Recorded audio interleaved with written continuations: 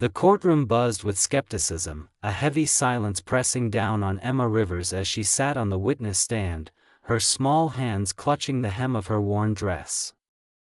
At just 15, her voice had shattered minutes ago under the relentless weight of disbelief, her lawyer's furrowed brow, the judge's stern gaze, even her foster parents' cold dismissal.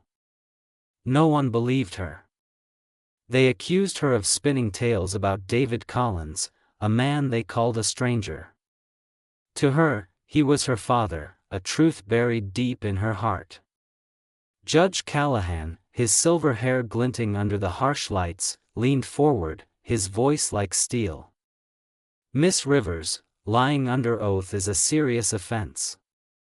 This man claims no relation to you, and there's no paperwork to support your story." Her eyes darted to the defendant's table, where David sat, his faded gray jacket hanging loosely on his frame, his calloused hands fidgeting. His face, etched with guilt, sadness, and a flicker of something achingly familiar, avoided hers.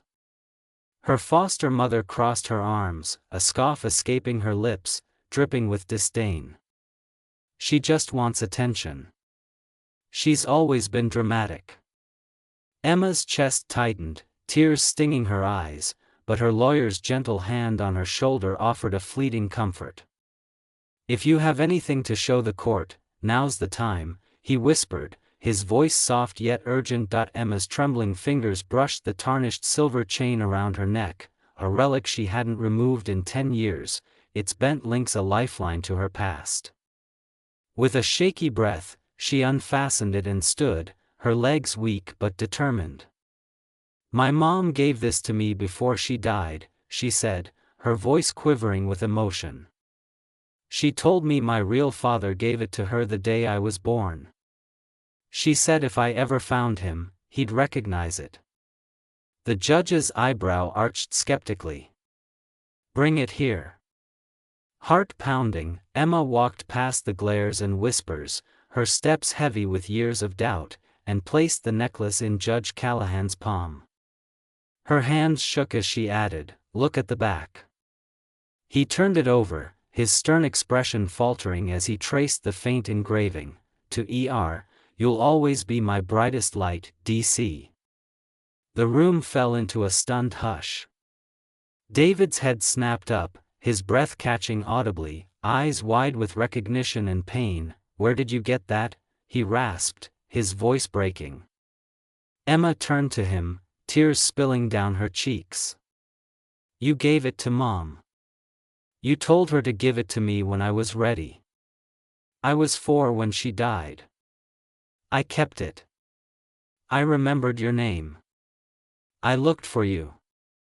David rose slowly, his movements unsteady, as if the weight of the moment might topple him. "My wife, she told me she had to disappear. Said it was for Emma's safety. I didn't know where they went. I looked. For years, I thought they'd both died." A gasp escaped her foster mother, her smugness crumbling. The judge's pen hovered midair, his stern facade softening. Emma pressed on, her voice gaining strength. "They said I was lying, that I was making it up, but I knew it was you. I remember you singing me a song about stars. I remember the way you tied your boots, double knots and loops. I never forgot." David wiped his eyes, a sob catching in his throat. "I still sing that song every night." The courtroom held its breath as Judge Callahan cleared his throat, his tone gentler now. "Mr. Collins, we will order expedited paternity testing, but from the looks of it, we may owe this young lady an apology." Emma faced the room, her voice steady with newfound resolve. "All I ever wanted was to find the truth. I wasn't lying. I just wanted my dad." 3 weeks later, the DNA results arrived, a perfect match.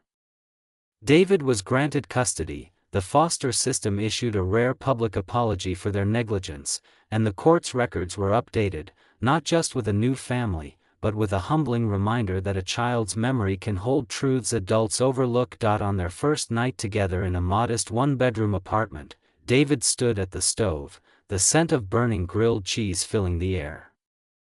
Emma laughed, a bright, healing sound, as she recalled her mom's similar mishaps. He pulled out a battered guitar, its strings worn but warm, and strummed the Song of the Stars. She hummed along, her voice soft but sure, tears of joy mixing with the melody. "You believed in me," she whispered, her heart swelling. David's eyes glistened as he set the guitar down, pulling her into a tender hug. "I never stopped," he murmured, his voice thick with love and relief.